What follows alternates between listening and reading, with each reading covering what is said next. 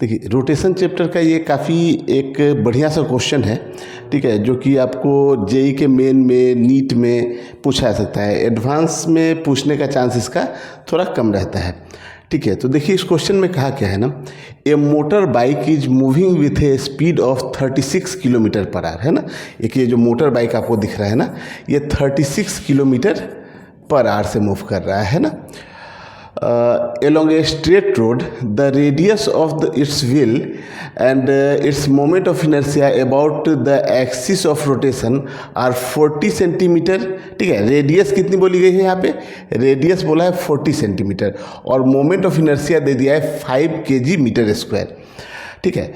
तो इसमें बोला है, पूछा है हम लोग से कि the magnitude of torque applied by the brake to the wheel so as to stop the bike in 10 second, ठीक है ना।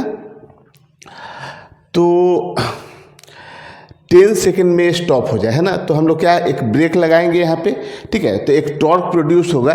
तो देखिए टॉर्क के लिए यहाँ फॉर्मूला क्या होता है, टॉर्क इज इक्वल टू, ये टॉर्क इक्वेशन होता है, टॉर्क इज इक्वल टू कितना होता है, आई अल्फा, ठीक है ना। Torque is equal to I alpha होता है। तो देखिए इस क्वेश्चन में मोमेंट ऑफ इनर्शिया तो दे दिया है, तो हम लोग को यहाँ पे मोमेंट ऑफ इनर्शिया मालूम है व्हील का और अल्फा नहीं मालूम है ना, और टॉर्क निकाल सकते हैं हम लोग, तो अल्फा मालूम होना है हम लोग को, है ना, अल्फा मालूम करना है। तो चलिए पहले देखिए कि गिवन क्या क्या डेटा इसमें दिया हुआ है।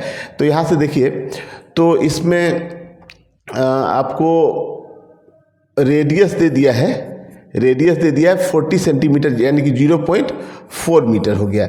मोमेंट ऑफ इनर्शिया आई से डिनोट करते हैं हम लोग, कितना दे दिया है 5 kg मीटर स्क्वायर, ठीक है ना। और क्या दिया है, देखिए टाइम दे दिया है 10 सेकेंड, है ना। ब्रेक लगाने के 10 सेकेंड के बाद वो रुक जाता है ना, 10 सेकेंड, और रुक जाता है, इसका मतलब फाइनल वेलोसिटी जो हो गई वो कितनी हो गई, 0 हो गई।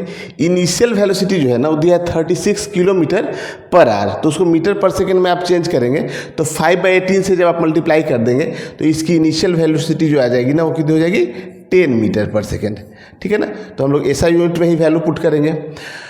तो देखिए टॉर्क निकालने के लिए आपको सबसे पहले क्या, अल्फा चाहिए, ठीक है ना। तो अल्फा निकालते हैं हम लोग। तो अल्फा के लिए देखिए v is equal to a is equal to r alpha, है ना। ए इज इक्वल टू होता है कितना, आर अल्फा, ठीक है, क्योंकि रेडियस दे दी गई है, ठीक है। और अगर हम लोग एक्सेलरेशन निकाल ले तो यहाँ से फिर अल्फा निकल सकता है, क्योंकि अल्फा इज इक्वल टू कितना हो जाएगा, a/r, ठीक है ना। तो हम मोशन वाले फॉर्मूले से पहले सबसे पहले क्या निकाल ले रहे हैं, मोशन का फॉर्मूला यूज कर रहे हैं और हम लोग यहाँ से एक्सेलरेशन निकाल दे रहे हैं। तो v is equal to u plus a t, यही कहा है ना कि जब ये स्टॉप हो गया, मतलब किसी जो फाइनल वेलोसिटी 0 हो गई, इनिशियल में कितना है वो 10 मीटर पर सेकेंड, है ना।